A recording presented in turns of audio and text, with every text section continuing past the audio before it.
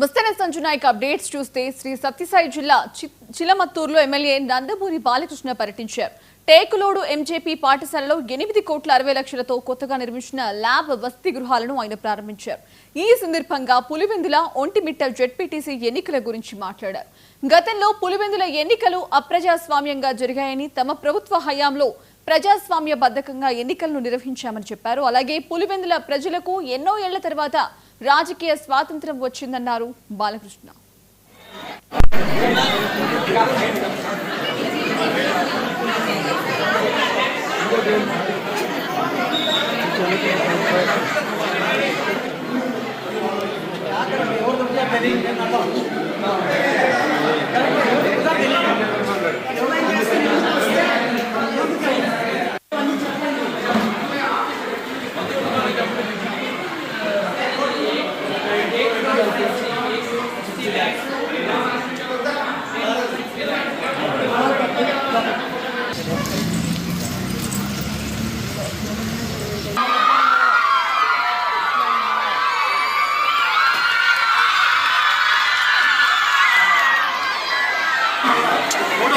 పక్కన అండి